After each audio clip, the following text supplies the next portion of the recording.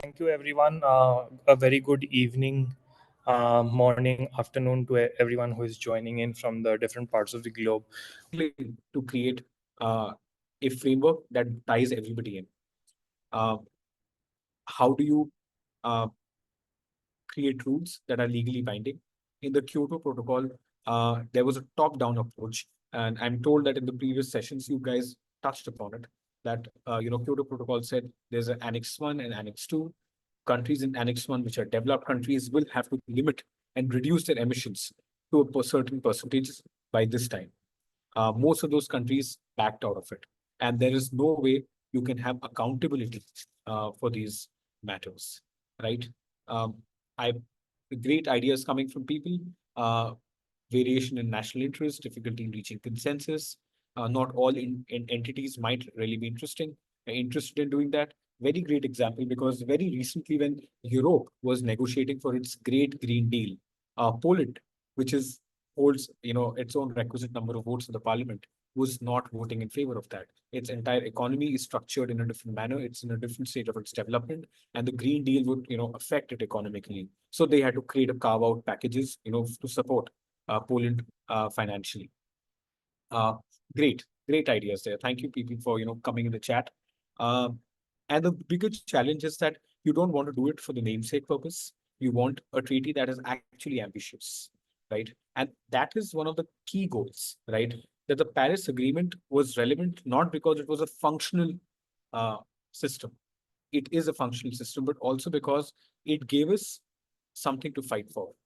And that something to fight for is the increase in ambition, that instead of limiting average global increase in temperatures by 2 degrees, we will try for 1.5 because there is enough credible science behind the fact that beyond 1.5 degrees, the most vulnerable countries, such as small island developing states, are going to get flooded, are going to, face sea level rise. And a lot of these impacts beyond 1.5 are irreversible in nature. And it is an important point. Uh, I think that the irreversibility of these impacts that you cannot today, transition slowly and then come back with more finance and more technology, because you would have the damage that you've incurred would not be able to, you cannot pay for it. You cannot reverse that. It is an important principle that did I shape the negotiations, but also unite a lot of non-state efforts. Uh, if you go to a COP, you will see there is a particular negotiating room, a zone, in fact, a set of buildings where only negotiators are going to discuss rule making, scratch by scratch. Let me just give you a little snippet, and I'm not going to discuss that slide. Look at this slide for nature. This is Article 6 of the Paris Agreement. I don't intend to go that deep, but each and every word, right, whether you use a mechanism or a framework, you use a should or a shall or can, has different legal connotations in terms of what is acceptable to a country and what it is committing to. In that wider context, uh, the Paris Agreement laid out a wider goal. Moving on, um, apart from Paris Agreement being a hybrid treaty, uh, it is also it has abandoned the annex-based approach that the Kyoto protocols had, which mean, in fact, I'll change my slide. Come here. The previous set of arrangements before the Paris Agreement had an annex-based approach. It also had a broad system where you were differentiating between countries. I think this differentiation is very key. In looking at the status of different countries, developed, emerging economies, fast industrializing economies, right? And you've got least developed countries. India, for that matter, draws a lot of flack, right? Both for rightful and wrongful reasons. We are currently the world's third largest emitter after China and US. China's emissions are going to peak soon and start coming down. The US emissions have peaked a few years ago and now they're going to come down. India, however, is not expecting its emissions to peak. Peak is basically the point after which you've reached the highest point of your emission intensity and uh, quantity, and then you're going to come down. India is not expecting an emission peak anytime soon, which means that despite not only we are the third largest emitter, but we are also have the highest, in terms of cricket run rate, we have the highest emission rate in that regard. But the other side of the coin is that we have one of the lowest per capita emissions of the world. And the concept of carbon space is very important here. If I'm going too fast, uh, folks, please feel free to, just write in chat. I'll be able to slow down. Um, One of the foundational concepts for understanding and looking at uh, climate policy is the concept of carbon space. That how much greenhouse gases can the earth hold, right, in order to operate in order for it to be habitable. All right. I will be happy to share these slides. Yes, these are a set of images. I do not have copyright on it. Perfectly. Um, Somebody's asked a question, is economic trade also a big focus in negotiations? Absolutely. Achintya, I know that we've decided to, pick questions in the end.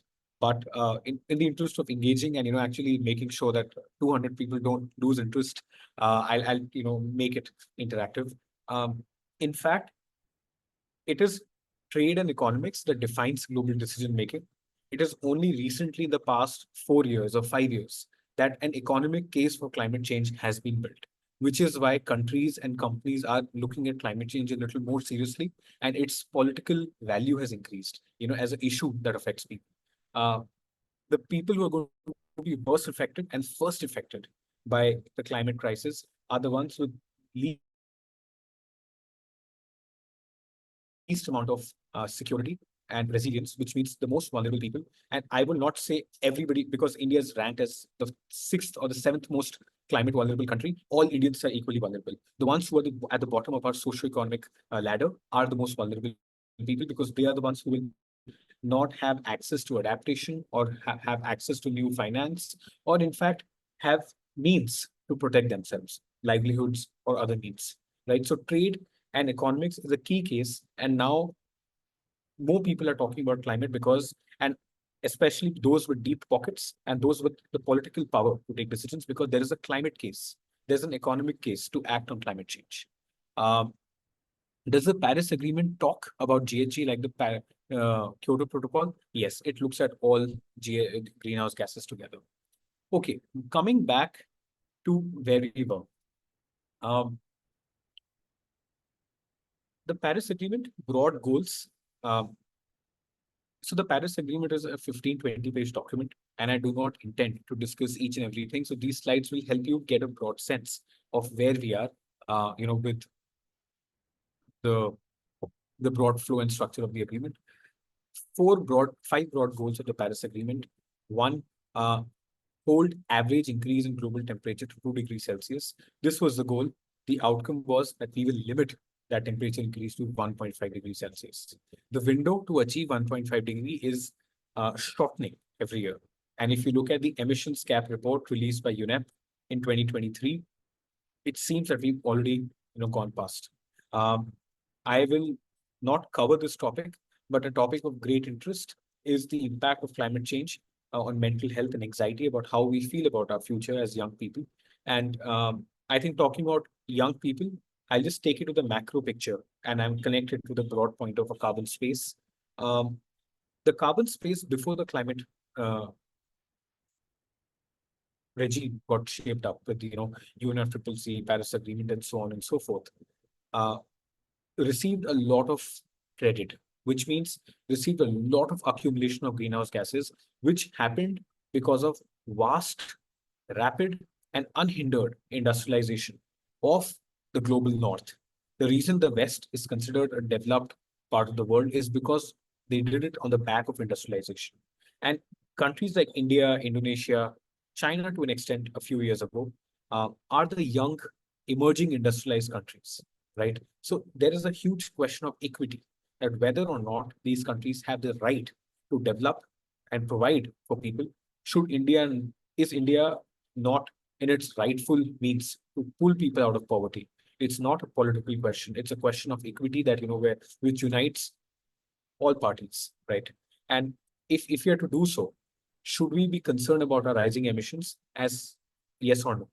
For the longest time, countries like India, South Africa, China, the quartet, Indonesia and others who were the emerging economies were spoilers in international negotiations. When I say spoilers, I would say that these were the countries um, who were trying to resist development of new rules because it would mean an unequal focus on accountability and responsibility when they are in a phase of development, right? And not on the global north. Interestingly, some reports published by Indian think tanks have highlighted that uh, more than 70% of the global carbon budget has been exhausted by the global north. So, which means that if the global south is to, transition itself, is to, move slowly and adapt to EVs and everything else that is green and clean, they still have just a remaining space for 30%, right? And I'm not at all making a case that let the status quo be, but in this broader context, when negotiations are happening, when rules are being built, we need to appreciate and understand why uh, making and accepting policies is hard. Um, Another broad goal of the Paris Agreement was increased ability to adapt. Adaptation conversations started picking up after 2010 more so, when the impacts of climate change, which was erstwhile global warming, right? The nomenclature has changed as well. Of course, global warming and climate change are different concepts, but today people are not even talking about climate change. We're talking about the climate crisis, right? So increasing the ability to adapt, making finance consistent with and aligned with agreement goals. Finance remains uh, a bottleneck. The Paris Agreement very clearly laid out that uh, by the by 2020, developed countries are going to put together 100 billion US dollars for uh, countries, to act on climate change. That money has not come yet, and now the actual demand based on projections has increased to 100 billion a year. So without the flow of finance, how do you provide for that? I think in this broad context, this agreement reflects um, a diplomatic achievement. The last theme is, of course, on saving and increasing forest area to capture greenhouse emissions. We will go less into that. It is a field called REDD plus, and we'll be, going on that later. Maybe it's there in the wider program that you guys have got. Um, Legal status, hybrid treaty. Um, from a negotiations perspective, okay, this is a broad structure. Before we go here, there were three things about climate negotiations that allowed and created an political opening for the Paris Agreement. One was in 2013 at the Warsaw decision of the uh, COP parties that they agreed that the upcoming treaty will have a hybrid nature, which means that instead of having a hardcore legal treaty, which people, including India, might refuse to adopt, a country like US, Canada, Japan might just simply say no to, right? Let's have a hybrid treaty which has certain acceptable legal norms and certain non-binding elements. Then in 2014 came the Lima call for action, again as part of the wider process, right? Substar, SPSTA, all the other formats, that they decided that NDCs are going to be the key part of the Paris Agreement. NDCs stand for nationally determined contributions. As per the Paris Agreement, all countries are going to give, at a voluntary level, set a target of how much emissions they will reduce and what all means they will adopt, and they will do the best that they can in order to, reduce these emissions. Um, that said, just a minute. Perfect. Um, yeah, cool. We are getting some questions on, work and career. I'll definitely take that after we cover the thematic aspects of climate of Paris Agreement. Um, the Lima call for action said that let's we create information available for NDC so countries can structure that. We'll be going deep into NDCs later. And then the biggest move came again in 2014 when US and China issued a joint statement, right, signaling their interest to collaborate on climate change. US and China were in a Cold War. It's funny because today also we can see the same thing that they're in a state of geopolitical Cold War, where US is trying to hold on its status as a power, and China is a rising power on the rise. Um, in that in that joint statement between President Xi Jinping and President Obama, they outlined that the principle of CBDRRC, common but differentiated responsibilities and respective capacities, right? The broad climate policy principle, international environment law principle. They emphasized on this and added one more term, which meant in light of different national circumstances. So the political agreement between US and China was that common but differentiated responsibilities and respective capacities in light of differential national circumstances, which meant that the biggest players, right, with the maximum to lose and gain on both sides, were willing to come to the negotiating table and make sure that, we don't lose out on a window of action and opportunity. Uh, Coming to the next slide, we've got, wait, yeah, the next slide, the broad structure of the Paris Agreement. Let me zoom it a bit. Yeah. Um, I don't intend to overwhelm anybody with these things, but it will help you understand how the broad treaty is structured.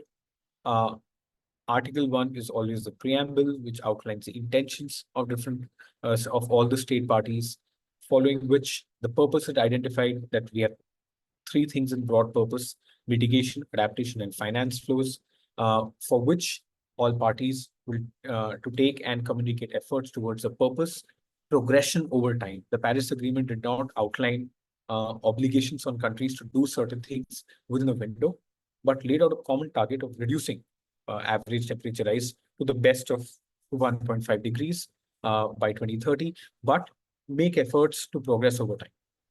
And then comes, the broad set: mitigation, adaptation, finance, technology, capacity building, transparency. And then three other parallel things: loss and damage, carbon sinks, and mechanisms. We will be looking at mechanisms a little in detail towards the end of this, because it has been a politically controversial and technically challenging topic of carbon credits and how do you organize markets of trading of carbon credits.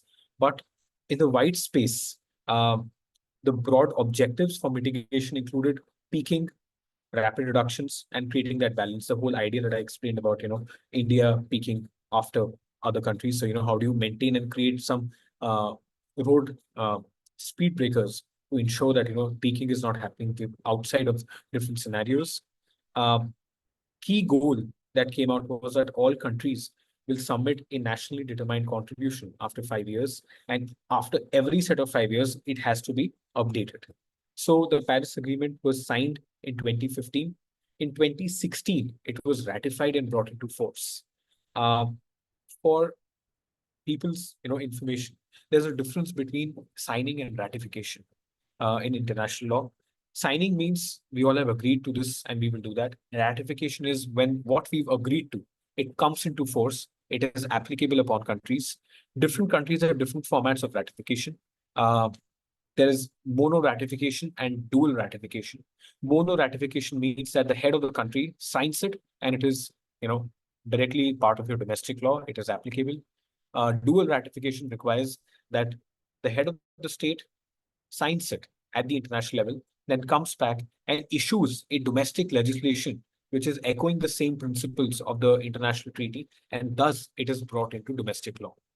Um, Another important element of ratification is that each treaty already clarifies that a certain number of parties are required for it to come into force. So if the required number of parties is, let's say, we need minimum 60 countries, and if 50 countries have done the ratification process, like, yes, this is applicable, but the status of that treaty is not going to be legally valid under international law because the number of 60 has not been reached.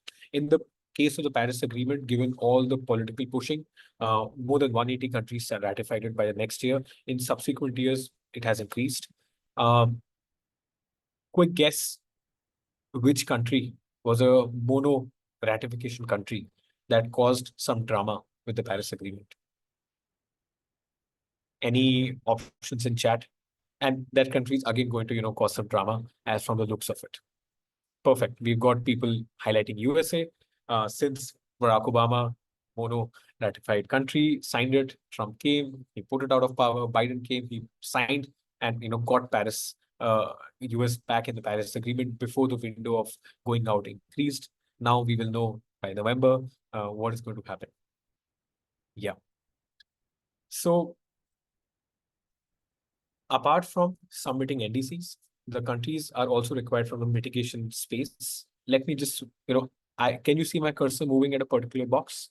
Yeah, I'm basically going vertical under everything and is outlining what is truly, how the treaty is structured. We will focus more on mitigation because it is just a very important piece.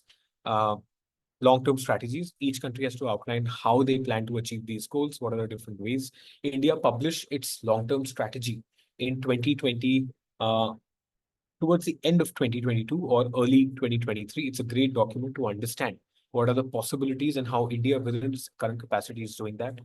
Um, any, I also want to just, broadly understand if people know the difference between mitigation, adaptation, and loss and damage. If anybody doesn't know, you can just let, the chat and signify that. Okay, we've got one, but broadly, if, okay, I'll take that. It's a very fundamental point. And Dr. I, Dr. Sachdeva, I'll try not to go deep into mitigation since you're going to take that up afterwards. There are three broad pieces through which you can understand what kind of actions need to be taken to address the climate problem. One is mitigation, which means that climate change is happening because of temperature rise at the planetary level. So how do temperatures rise? Temperatures rise through the emission of greenhouse gases, right?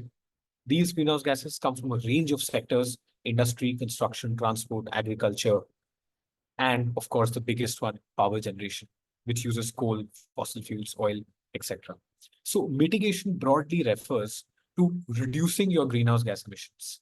So when I say that mitigate this problem, it means solve for it, which means that if it is happening because of increase in emissions, we are going to reduce emissions, right? So that is mitigation. Adaptation, on the other hand, means adjusting and increasing your resilience to the impacts of climate change, right? So mitigation is going back and reversing, or rather reducing, the contributing factors of climate change, which is emissions and reducing emissions. Adaptation means that as a result of that emission, the climate that is changing fast, right? And conditions are going bad in terms of rain patterns, crop conditions, sea level rise. How do you adapt to it, right? There could be natural adaptations that one can take.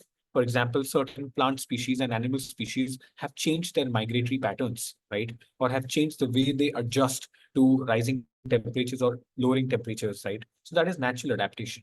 Whereas there is man-made adaptation as well. For example, building sea walls to stop regular floods affecting infrastructure. And then you've also got other forms of man-made adaptation, which includes um, migration. Migration is an adaptation strategy as well, for countries who are affected, communities which are affected by um, climate change, or their land is not anymore habitable. So adaptation broadly means increasing your resilience to the impacts of climate change. Now, loss and damage is an interesting piece.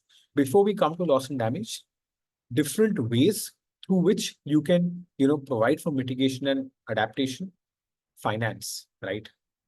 Global North, multilateral institutions coming to give, generating pieces of finance for countries to take in. And it is not that finance is only needed for Global South. Global North equally needs its own share of finance, but they have a wider share, of resources all over the world. Uh, Last year, Mr. Ajay Banga took over the presidency of the World Bank. He was former Citibank CEO.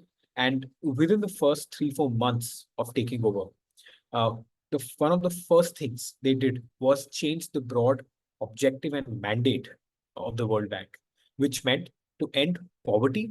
That was a broad mandate of the World Bank, to end global poverty. And they changed it to say to end global poverty on a livable planet, which means that at a more institutional level, at a more policy making level, global finance is relevant to address climate change. And that livable planet means that finance flows have to be relooked at. So while the Paris Agreement brought together the broad rules, broad principles, uh, it did not you know create an implementation mechanism that was left for the countries to figure out in subsequent years. And so far, um, we've not done a great job of it. Let's be honest about it. We've created rules, but they are either political objectives or negotiated outcomes, but they're not always coming together. And you can see that with ongoing conflict everywhere. There's no such report that is looking at uh, the accountability or even the measurement of emissions coming from the war in Gaza, the war in Ukraine. Though they have their own emissions, right? It's all happening, and it is not a part of the accounting that states and countries do for different sectors. Um, just a side point, but food for thought. In terms of adaptation, the broad focus of the Paris Agreement in Article 7 was capacity, resilience, vulnerabilities, increasing your resilience, building your capacity, a lot of cooperation and planning, uh, and adaptation communication. Adaptation has picked up in the last few years, and more people are building that expertise. And it is very much linked with science. But at a wider global level in 2015, the information about how to adapt, what are the mechanisms, what are the sources that you need to protect yourself was missing. Finance, again, same set of stories, enhance the implementation, mobilization of support of differentiated kinds for different set of countries, least developing, increasing developing, and increase of sharing of information. Technology, on the other hand, looked at technology transfer. It could be for EVs, it could be for solar, it could be for adaptation technologies, but there's a big risk all across the world that technologies are often protected by patents. So how do you ensure that these transfers that happen from rich to poor countries are either not paid, charging high patent fees, because that reduces the amount of money that actually a country can put in getting new technologies, strengthen cooperative action by such means, and support innovation. This is a broad context. If you study as business studies, or any such subject, it's just how you would basically broadly understand. And my objective here is to give you a sense of what this treaty tries to do. Building capacity was another key goal in Article 11, which looks at developing countries increasing their focus. Now, that could be policy making focus, that could be technology focus, that could be access and participation in these forums, because often these countries are not done. One of my first jobs that I did in my career was to build capacity of small island developing states to engage with Human Rights Council in Geneva. Geneva is the home for Human Rights Council. Uh, so similarly, if you would look at COPs, a country like the US will come with a delegation of 100 plus negotiating diplomats. European Union will have, its own 40, 50 plus. India will go with 10, 15. But smaller countries might just have one person who's in charge of going to 13 rooms, looking at every different piece, right? And that is a major capacity gap which is affecting meaningful engagement and participation. So as a result, how do you create means and mechanisms so that these countries who are not adequately participating because of limited capacity, training, skill, and access, right, is able to address that? That is just one form of capacity building, but there are many others. It can take shape of financial policy, technology, etc., etc., and communication, of course. Transparency, very important. This was lacking in the previous elements of the climate regime. Building trust, confidence, information on mitigation, adaptation, XYZ, so on and so forth. Coming briefly to loss and damage, in understanding the difference between mitigation, adaptation, and loss and damages. I realize I need to slow down. I've been, saying a lot of words for everybody. Um, Loss and damage basically refers that the losses that you are going to incur because of climate change, and you cannot reverse that, right? So you need to provide for that in the financial planning and in the kind of support the developing countries need. And damages refers to the damage that has already been incurred, which cannot be reversed.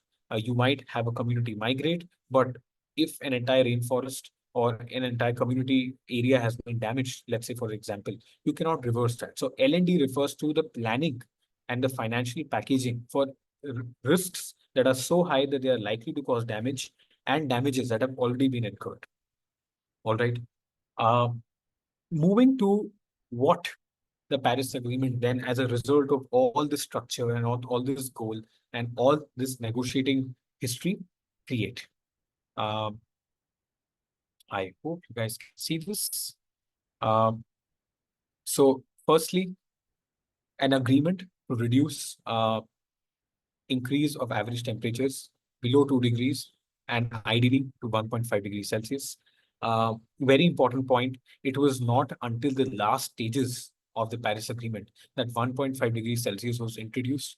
Everybody had agreed to 2.5, but then small island states raised a massive point of ethics and principle that, hey, this is not going to work for the whole world. You're really leaving us out to die. And then, there was a push to make this package framework of rules more ambitious. Second, rich countries by 2020 to give 100 billion as a floor, not the ceiling, a floor on which developing world can stand. This amount is to be updated by 2025, but so far it has not come in. Secondly, uh, the Paris Agreement very clearly outlined that a principle of differentiation, that developed countries must continue to take the lead in the reduction of greenhouse gases. It means that they have to lead the charge with actively achieving their NDCs, sharing technologies, providing finance. And this is important because unless you're setting this differentiation of about how obligations will be considered and treated, it is very difficult to bring the global south on the same page, given that they are at the backbench of the road to development.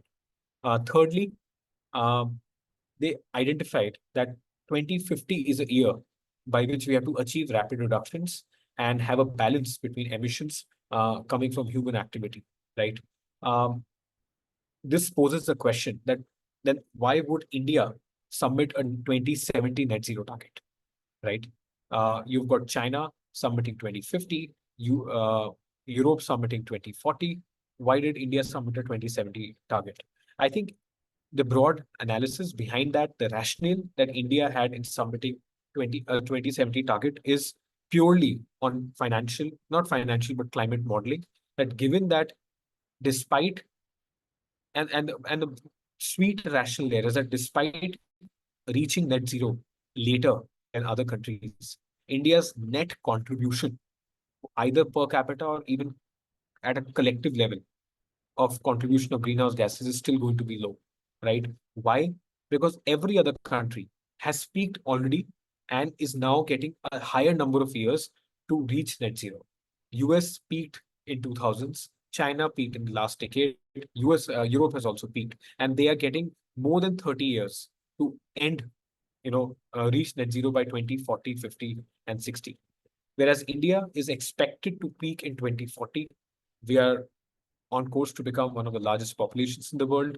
And by 2050, the kind of infrastructure that India will require, 50% of that is yet to be built, or at least 40%. And that's a crazy stat. Imagine the amount of construction, roads, everything that's going to be required, vehicles. How can you ensure that development pathway, right, is cleaner and greener for our future generation and not just, dirty because we have equity on our side? So India's long game is that it is getting less number of years to reach net zero from its expected peaking year of 2040. In terms of burden sharing, developed countries must provide financial resources and on a voluntary basis.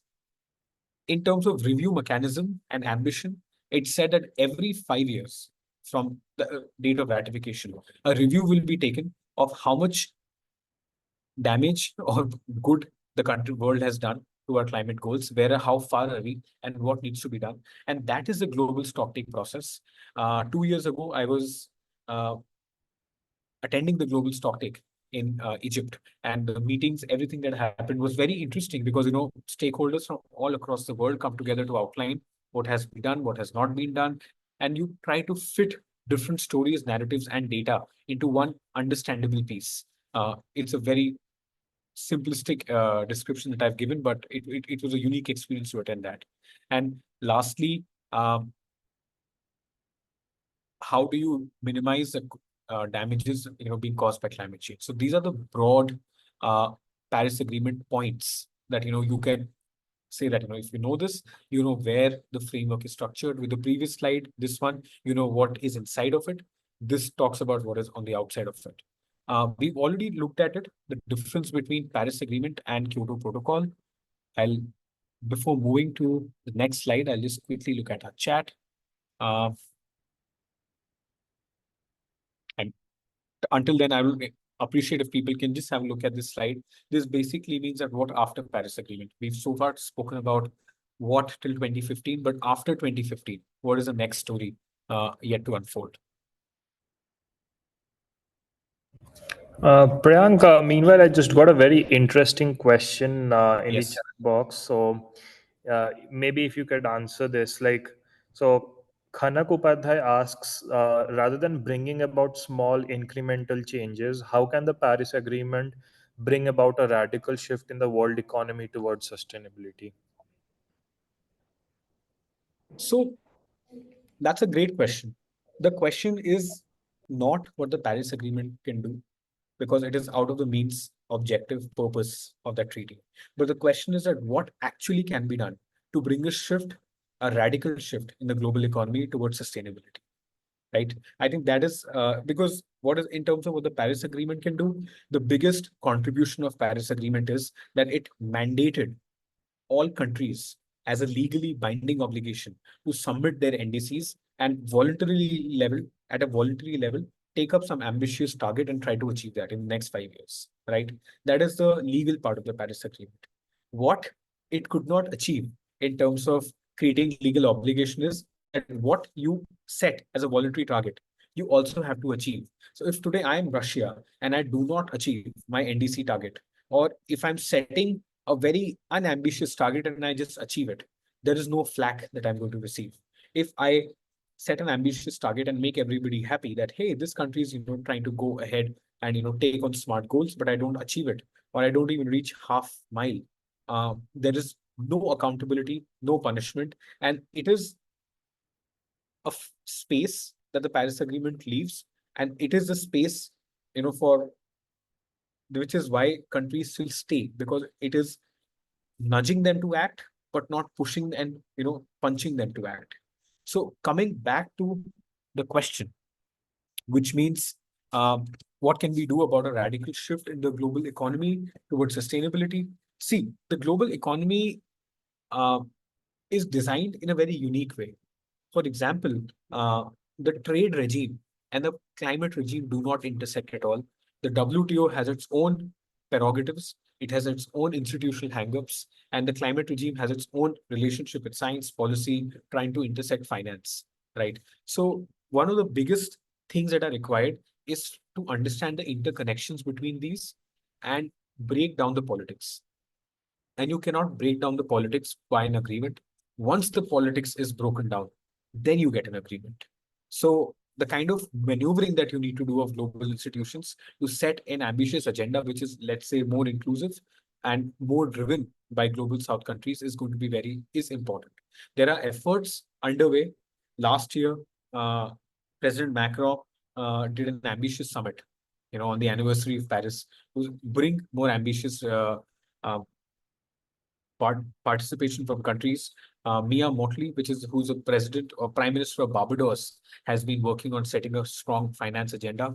But in terms of global economy, let's take India's as an example, break it down, and the same principles will apply to the world. Um, if you look at India economy, how can we green it? You would say that firstly, we need to reduce subsidies on fossil fuels, because that makes it easy as a business to thrive in. Uh, the taxpayer is paying high amounts of petrol, but we are buying it in cheap. And the ones who are doing this, it's easy. But can you provide for energy security without taking a bold action, without at the moment continuing to burn fossil fuels? That's a question. So how do you increase your renewables?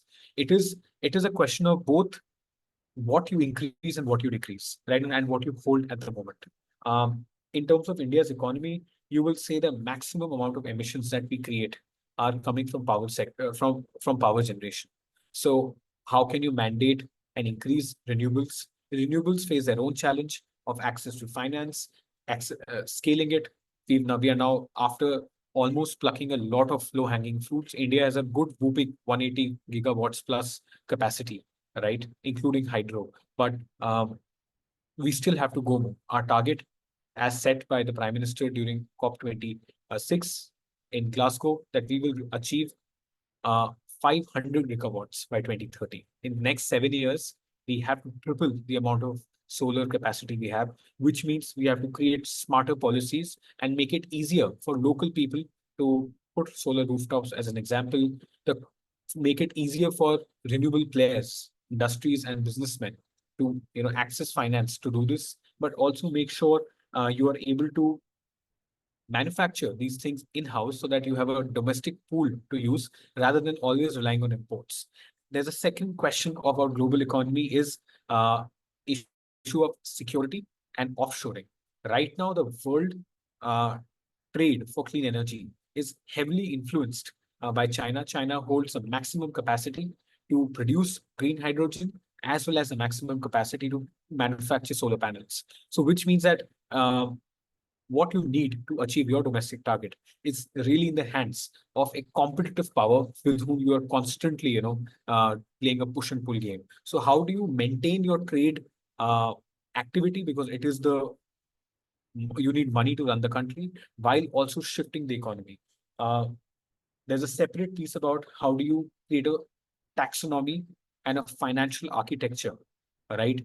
To understand what kind of money that comes in the country is being used for rightful climate work and what is going to not be supporting of climate, and then treat that money differently in your accounting and taxation.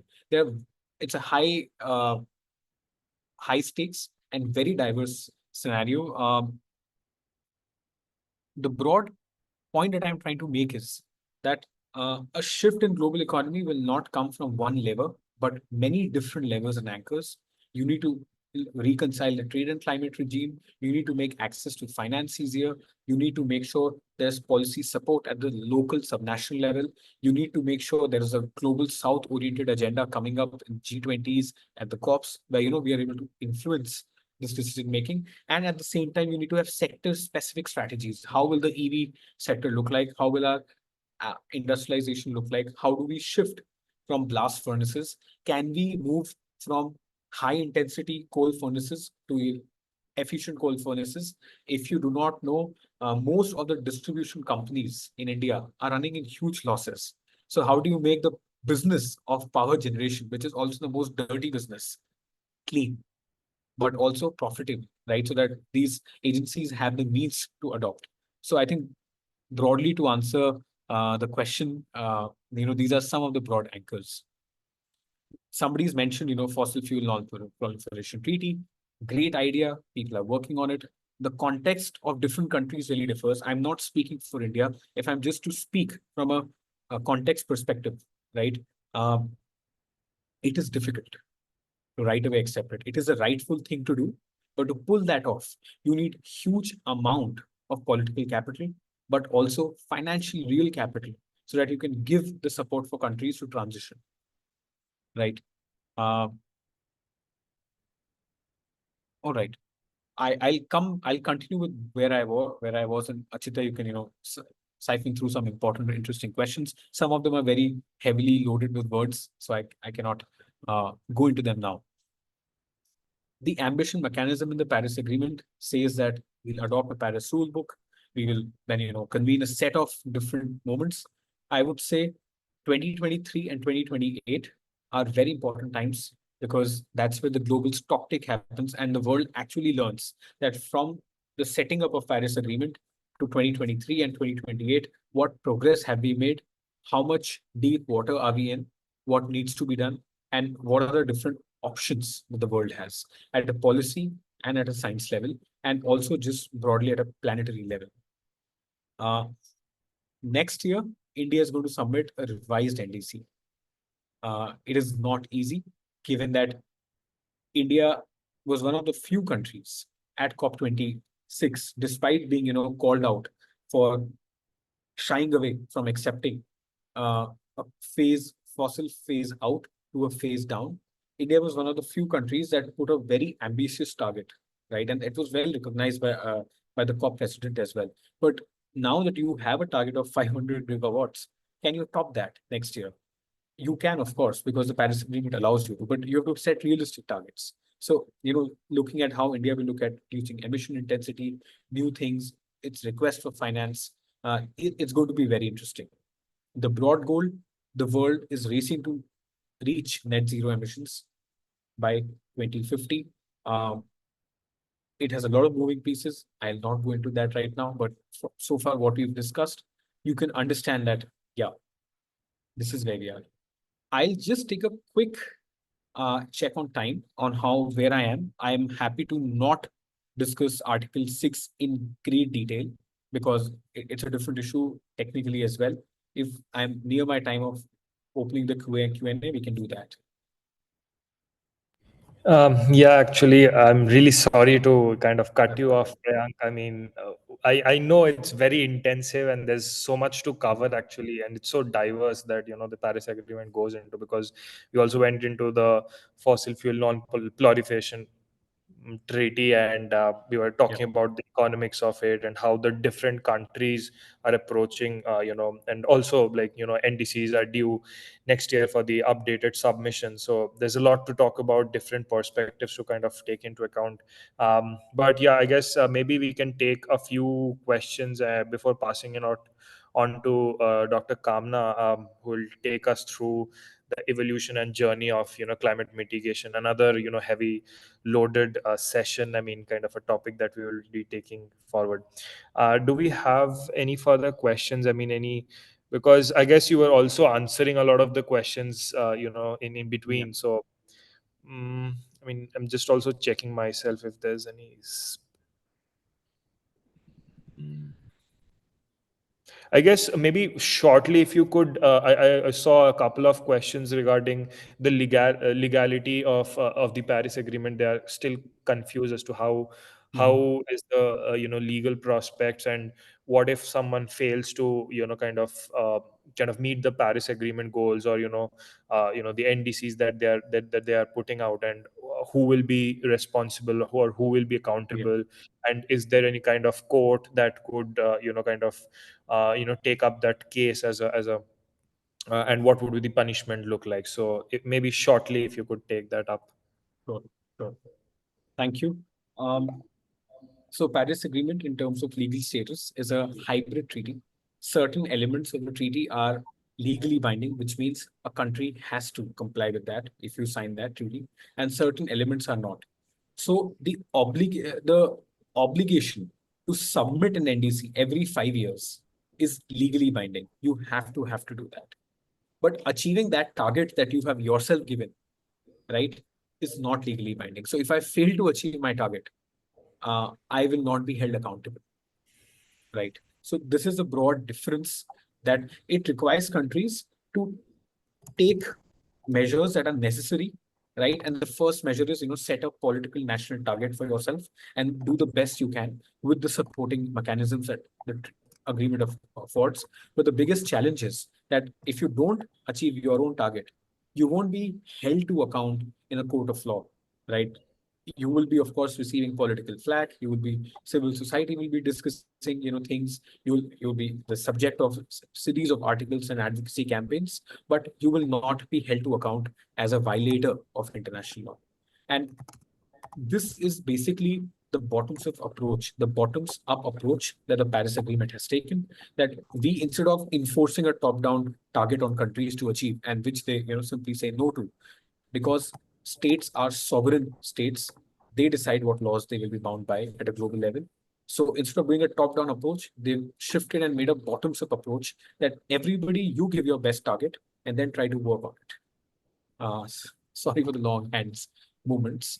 Um, there was a little piece on climate education and what kind of climate education we require. I want to briefly touch on it, and that is because we are talking to a youth audience. Uh, Climate education is of many kinds. It starts from, let's say, being aware of what really happening is to the planet and the need to act, so that you don't have to build a case for climate action like you had to, right, in past decades. Uh, but then to understanding what kind of behavioral shifts you need, right, as people, segregation of waste, not using, electrical appliances at a time when you don't need them, using energy efficient appliances, but also building technical expertise of people coming from all backgrounds so that they can be change makers in their communities and pursue careers. Uh, and that is very important. I'm a lawyer by background. I shifted from law to climate into policy to philanthropy. But this arc has never been straightforward. And I think the next step is to create mainstream careers in climate more actively so that that multidisciplinary expertise can come through, right? And it's not just that we need more climate professionals. We need regular finance and banking professionals to understand ESG and taxation of from a climate lens.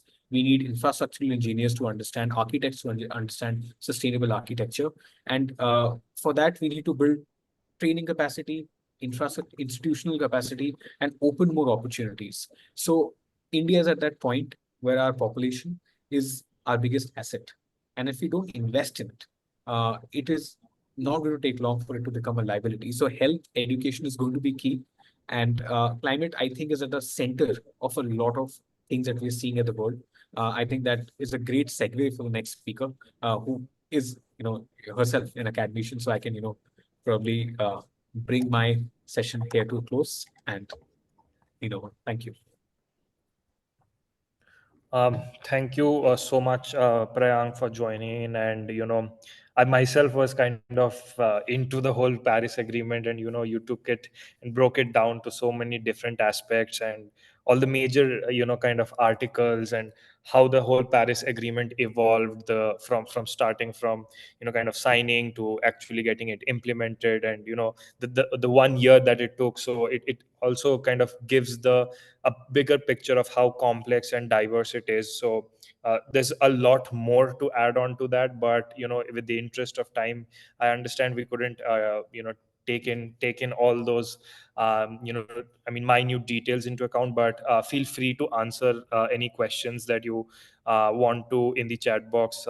There's multiple questions. I know with the interest of time we couldn't again take them, but I also kind of want to invite Dr. Kamna. Dr. Kamna is coming from the research and teaching angle of climate. She's been in the domain for over 14 years, and right now she is working as a professor with the Delhi Skill and Entrepreneurship University. She will be our session speaker for the the evolution of climate mitigation. I mean, I do want to take much more on the bio and introduction, but I will keep it short. She has been working with the Department of Science and Technology for quite some time. She has done done and worked in the research angle of air quality management. But Dr. Kamna, I'm really sorry I couldn't emphasize much on your bio. I want you to speak and take us through the mitigation, and the floor is all yours. Thank you once again, Dr. Kamna, for joining in all of us.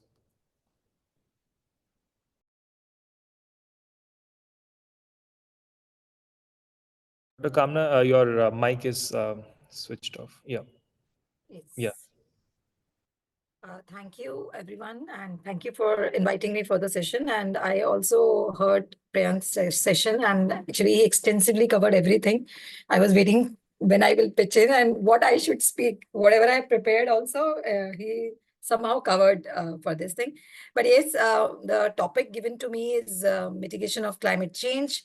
Although the background is covered by the Priyank very well, and also the politics and geopolitics behind that, what could be the nuances under legality, law, taxation, and policy angle he has covered. But yes, the audience is from globe, but few basic things which I would like to touch upon on the mitigation is this. When we say that climate change response measures, there are only two, what want to say that. One is adaptation, one is mitigation.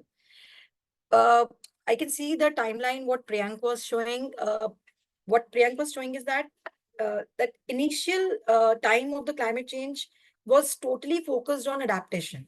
And if you know that, even Priyank can second me that uh, initially all the funding was also related to adaptation. And adaptation is something when we prepared ourselves for the change. So that is called a remedial action or the preparation kind of thing. But later half, in fact, after Paris Agreement, or you can say Lima conference, climate change conference, from there it has started that we need to take mitigation more seriously. Reason is this: uh, we want to have total carbon intensity reduction. So let me start with a few very basic things which everybody should know about the mitigation. The only definition of the mitigation which I give to my students and wherever I give lecture is that stopping all the sources and work on sinks. That is a very simple definition of the mitigation, that stop all the sources. But can we stop all the sources? That is a question. And in today's time, when demographically only India is 1.4 billion and the world is 8 billion plus, then how can you think of stopping the sources? You then comes the critical thinking that then if mitigation is stopping the sources and we are working on mitigation, then what is next? Then we talk about renewable energy in this. And talking renewable energy is not easy. It's a very cost intensive itself. Right now, we are talking about mitigation and renewable energy parallelly. But we should think about that renewable energy is very costly for especially the country which are developing countries. But there could be environmental consequences of mitigation technologies also, which could be a later problem for us. We have to start think about that kind of thinking today, because in past we have done certain mistakes. So I am just building in this that the basic definition which our document says, that stopping the sources and enhancing the sinks and capacity of oceans to absorb more CO2, having plantation of tree, using offsetting measures, how successful these measures are. We are talking about climate change from the environmental conference, which has happened in 1972. But are we able to stop it? No. Reason is this, that our needs are increasing. So I just share my screen here and I will tell you that what I have jotted down, that what all we can do for climate change is that very basic things. Even somebody has asked the question also from Priyank also, that what all we can do. Just a sec, I just pick up this. Where is this slide?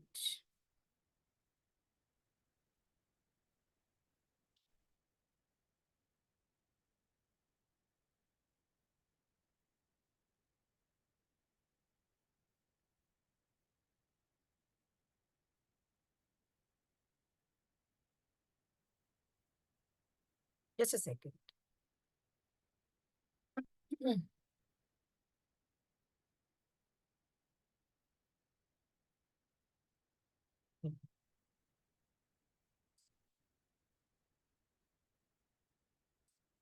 Right. So you're able to see the screen.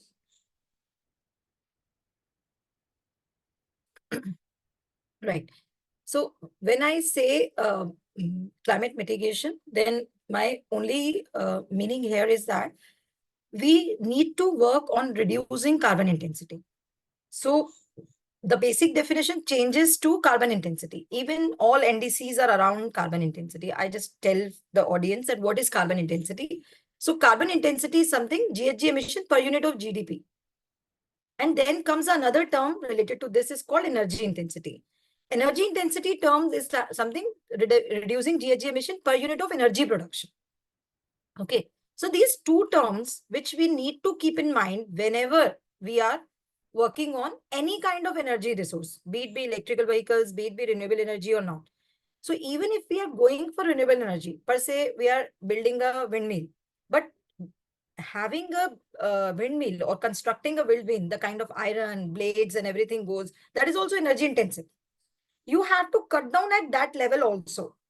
So you just not say that we are having a windmills as a mitigation measures and renewable energy measure, but how the windmills has been generated and what is the energy intensity of that whole life cycle.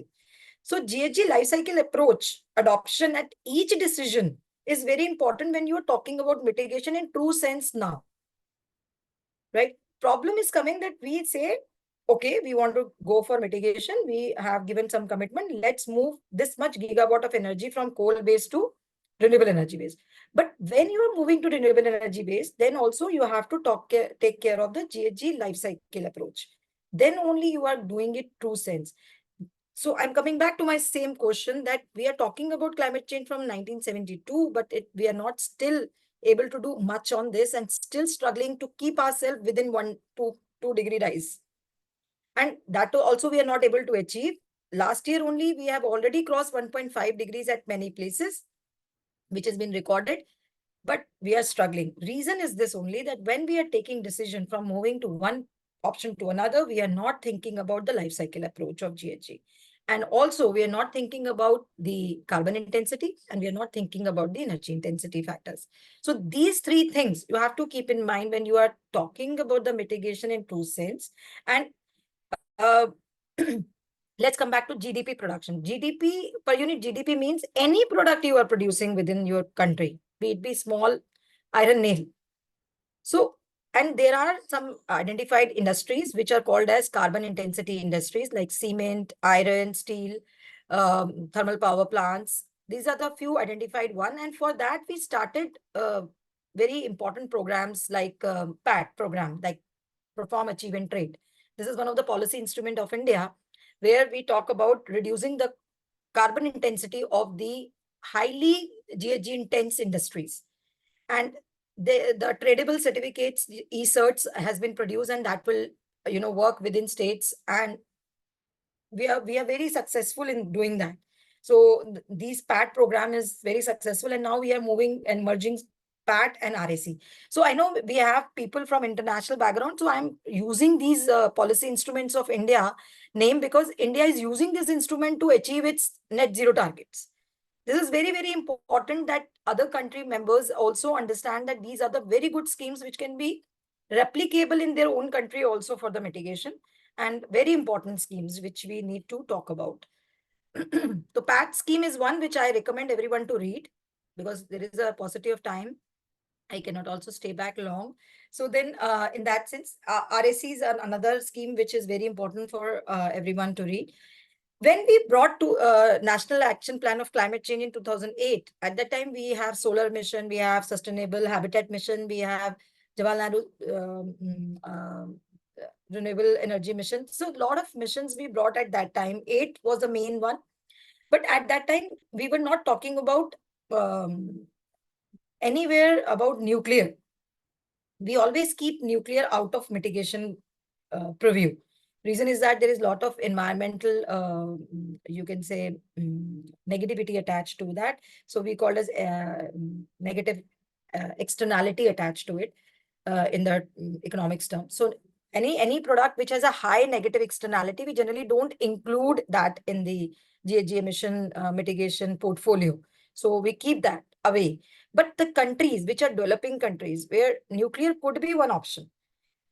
Initially, India also thought about that, but later on we thought about green hydrogen is better one. So right now we are talking a lot on green hydrogen and reducing our carbon intensity in the vehicle sector particularly, and also in some of the industries. So we are working on green hydrogen. I hope everybody knows about the green hydrogen, which is very good option.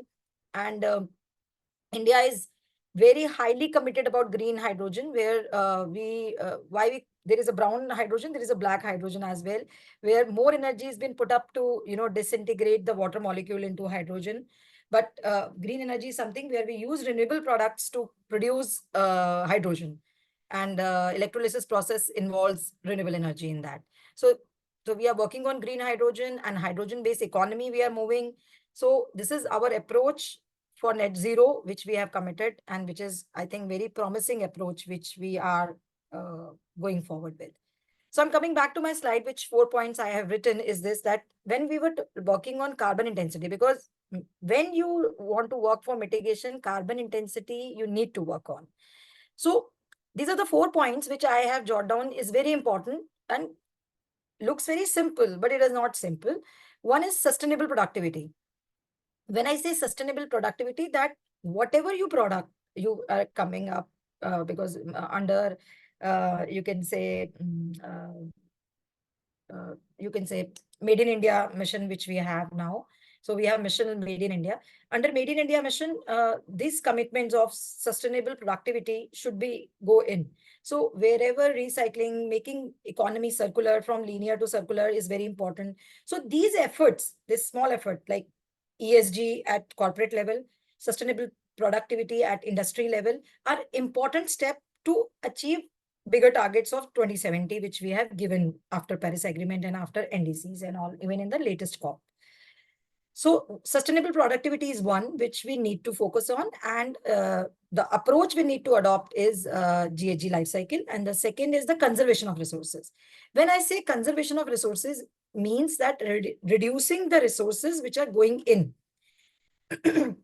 How you do it? You need a better auditing systems.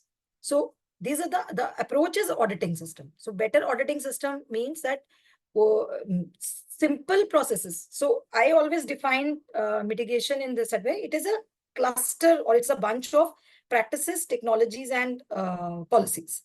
So mitigation policy or portfolio is made up of 3 things: mitigation technologies, mitigation policies, and mitigation practices. So when I say we have committed net zero for 2070, this is my mitigation policy. When I say 45% reduction of carbon intensity in industry as my NDC, it's my policy. But when I am saying that sustainable productivity, where if I go for technology enhancement, then that is my mitigation technology. When I say conservation of resources, this is my practice. So when I say that policy at umbrella level, then technology and practices at bottom level. So from top to down, if I come, policies, then technologies, and then practices. So all these 3, we need it when we implement mitigation at the source level. And the third point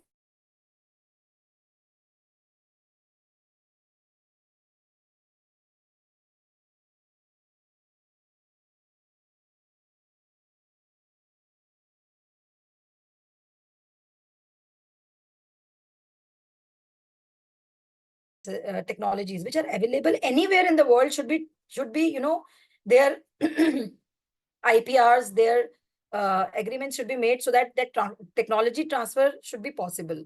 If that is there, then globally we are able to achieve mitigation. And the fourth one is a sustainable consumption behavior. In our new updated nationally determined commitments, which India has given in the latest COP, it says that our mission life is basically lifestyle for environment, where small things has been given, which people has to adopt to reduce their consuming behavior. So sustainable consumption behavior, that mission life is, we are also taking it further as a mitigation tool for us. So in a nutshell, which I say that mitigation is a reducing emissions and sources of GHG and enhancing sink, which we can do it as reducing carbon intensity. And what is the main 4 pointers which we can do that is sustainable productivity, conservation of resources, technology transformation, and the sustainable consumption behavior. Under this, you can go for different practices and technologies and policies. That is also another approach. I hope I'm able to give the right message here for the mitigation, and it's useful as well.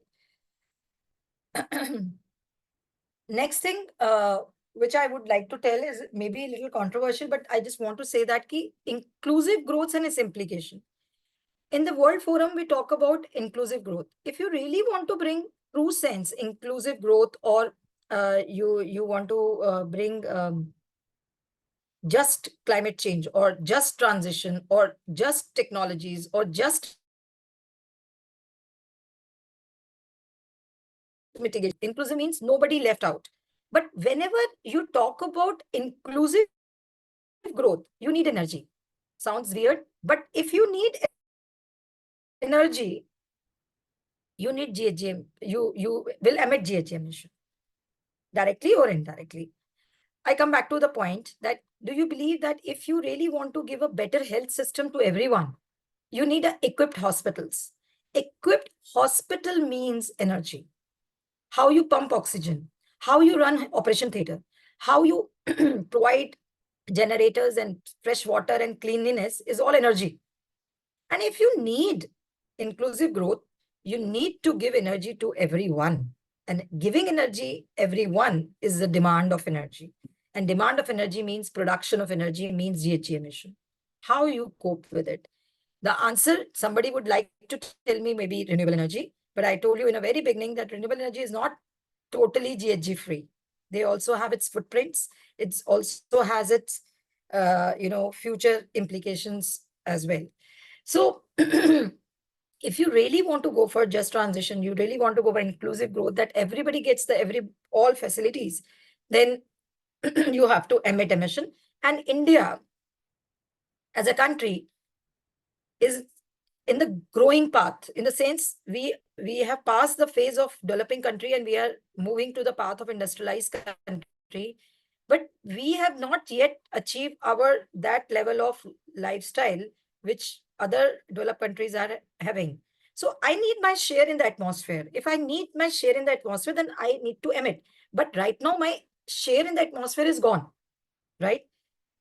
After me, if somebody want to give an inclusive growth at their country, then also they need a share in atmosphere. Their share is also gone. So the developed nations, which they are committing under different COPs to transfer technology or transfer green fund, transfer climate fund, they are not doing any favor to us. They are actually giving us our share, which we are not claiming right now, right, in the atmosphere. Already in atmosphere, you have fixed all carbon dioxide and we don't have any our share. Then if we don't have our share, then you give us a technology to, have a better growth path. So being inclusive worldwide or being inclusive within your country demands energy or some better technology. So this is a kind of a trade-off which we need to do under different climate negotiations which happen at international level. So, so the thing is that mitigation is not a simple subject. It includes geopolitics, politics, law, legality, plus technology as well. That is why in India, at this moment also, we have predominantly fossil fuel-based energy production. Although we are moving towards renewable energy, we are doing really well. We are ahead of our targets, but still, our production of energy is still from coal because we have coal as a resource and we need energy to go in the growing path. And that we cannot compromise at this stage because we are going to be a 7 trillion economy by 2030. So that is our demand, which we need. And that is not just a demand for my own growth, but it is for my people of India, which has to grow together. So intragenerational equity and intergenerational equity is important when I talk about climate mitigation. So this is very important point, maybe not very good point, but yes, I want to say that we also need our share in atmosphere. So we need to emit at this stage. But yes, we are committed for renewable energy and we will go for it. Then comes our international collaborations. And Prayank has covered Paris Agreement extensively. But Paris Agreement in COP21 is actually a landmark agreement where everybody committed towards climate change. Everybody given a thought to climate change and commitments came.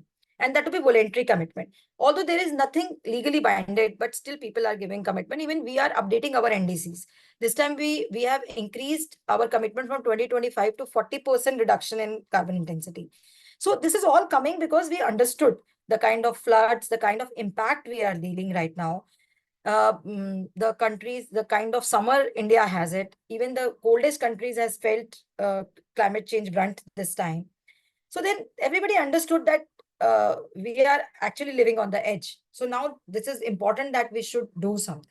If you really want to have a human life on the earth, then I always give this that people say Earth will not stay here. Earth will stay here. Humans will vanish. Because Earth is a planet. It will remain as an astronomical body. But we have to have a planet which has a life. So to commit that, everybody is committing after Paris Agreement. So I say it's a very landmark agreement which given a very good commitment, asked commitment from others, and people gave commitment under that. So it's very convincing. Technology transfer I have covered before also, but I believe that this is important for all developing countries. If they really want to give a mitigation as one of the response measure to climate change, which is very, very important, then technology transfer is an important factor. Uh, right now, we are working on green hydrogen, so we are working on technology. And the best part is that India is doing pioneering on it. So we will transfer the green hydrogen technology to world. So this is in next 5 years, we have this technology. I'm telling you in upfront. So this technology we are going to transfer to all, actually. Then I'm coming to our nationally determined commitments. These are updated commitments, which I have written, latest one. So previously there was 25%, but now we have moved to 45% basically. So that is why it is updated commitment. Plus we have additional, the previous sync commitments was there, but additional 2.5 to 3 billion tons of CO2 equivalent through additional forest and tree cover by 2030. So what we are doing, we are working on offsetting and also working on forest resources and protecting forest resources. By additional sink means but it is a two ways. By afforestation, removing deforestation, and protecting existing forests. These are all come under sink. So reforestation is one effort. Then second point I talked about, that protection of the existing forest is also important. That is also enhancing the sink. So we are allowing these trees to be there because sink means standing biomass. If you burn it, it is immediately released as CO2 and it will be fixed after so many years. So protecting standing biomass is also important. When we talk about carbon sink, it's not only about trees, it is about the below ground biomass as well, and also soil carbon material as well.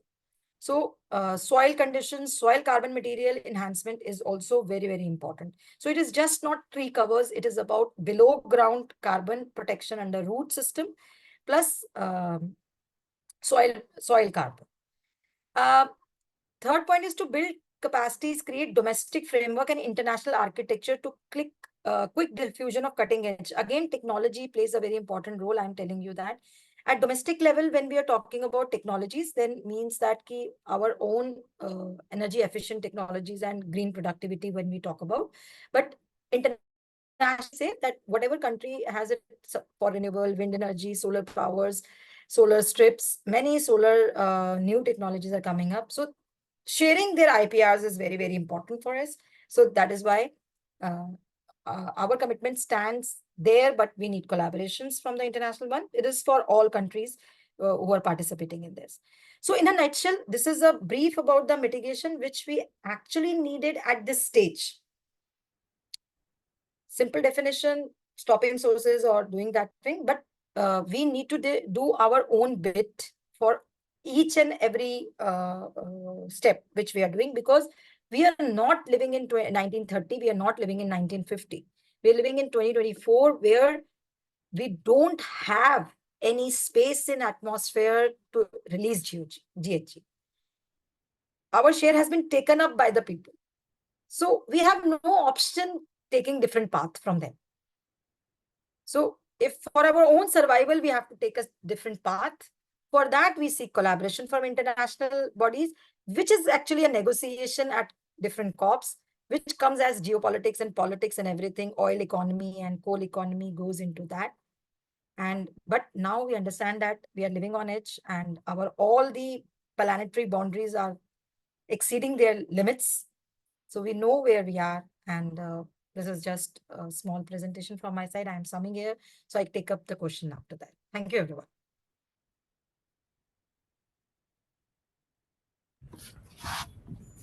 Thank you so much, Dr. Kamna. It was really an invigorating session. A lot to again, talk about, so much to be covered yet. Again, with the interest of time, we are not able to cover so much. But I mean, kind of taking, kind of summarizing your points. Like you mentioned about how there will be the just transition, which is very important, because without, I guess, the justice angle, if you don't add the justice angle to the whole climate discourse, there's the equity part that is missing. And it's really kind of sad that, that we are still not there. And as also Priyank mentioned, previously, that the small island and developing countries just go in with one negotiator, and especially global north countries who have a huge number of like negotiator official delegation to support them, and take care of the different thematics. And it's really sad that they are not the ones who are in the forefront of getting affected by the climate like emergency that we are facing right now, the extreme climate events. But still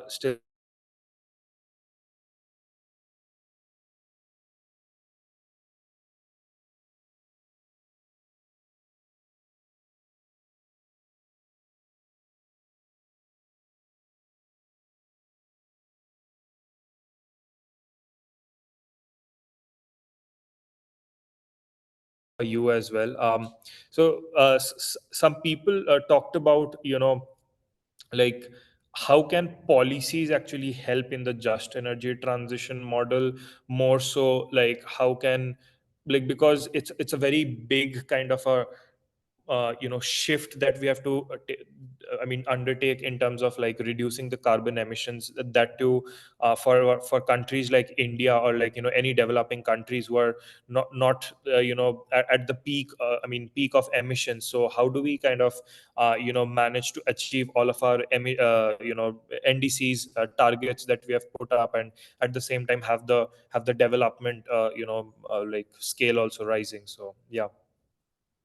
So it's a very pertinent question. The just transition is something where nobody left out, and transition means that women, children, and the people who are standing last in the line can also be part of this decision making. So, and whatever transition we move to would give some benefit to them. That is a just transition. Because if I say I remove, because I know that there is some dirty industry, which I just close it. I take a policy decision that let's close it completely. Then the how about the people who are depending on that industry? So for mitigation purpose, I have stopped down that coal-based thermal power plant, but there are a lot of livelihood dependent on that. How we take care of livelihood of those people? So all these things comes under just transition. But if I give them an alternative livelihood, then I need resources in that. Then my next policy should be to think about that. So again, policy come into that. Ki whenever there is a rehab, when there is a displacement, when there is a closure of industry, then what is your rehab plan? What is your livelihood, alternative livelihood plan? If there is a disaster management policy you are bringing, then how about talking about loss and damage compensation, everything into that? So all these things brings a lot of policy thought provoking, and also policy decision, right policy decision at the top. Second point, which your question was, that technology, how we talk about. So I talk about sustainable technologies. I talk about, you can say, in India, if you see, we have few missions which is very important, like Made in India mission, if I say, then we say that promoting technology everywhere, digitization, jise hum kehte hain. So that moving to digitization, how digitization is helping us? Digitization is helping us to reducing resources. So conservation of resources is my second point. So going for digitization, made in India product, when and sustainable productivity, circular economy, ESG at corporate level. So what we are doing is like we are taking a very conscious decision when we are going step by step into our missions. These missions sounds very simple, but they have very inbuilt mitigation message in them, and they are actually helping us to meet our targets in a very early manner. We are ahead of our targets, and 2070, when we are saying how right now our 70% energy coming from coal, and right now we are saying by 2070 we will be net zero. How come? That sounds something very paradoxical, but it is not, because we are taking very conscious decision. If you see, we have a emission policy where after 10 years all diesel vehicle will be phased out. We are it's not only for air pollution. It is also that phasing out the diesel vehicle means bringing more electric vehicle in the market. So what we are doing, electric vehicle we are bringing, and almost all the fleet will be electric. First public and then private. So slowly we are sweeping in the technology, but all at level, because air pollution control, we are phasing out diesel vehicle. Diesel vehicles place will be taken electric vehicle, and then slowly our whole fleet will be this way.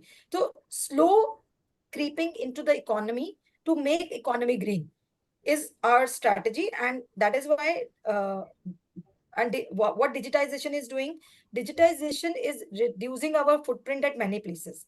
People need not to go to their for their work. They can do it from home, from digital tools, AI based tools and machine learning related tools are using in the industry to minimize the resource wastage.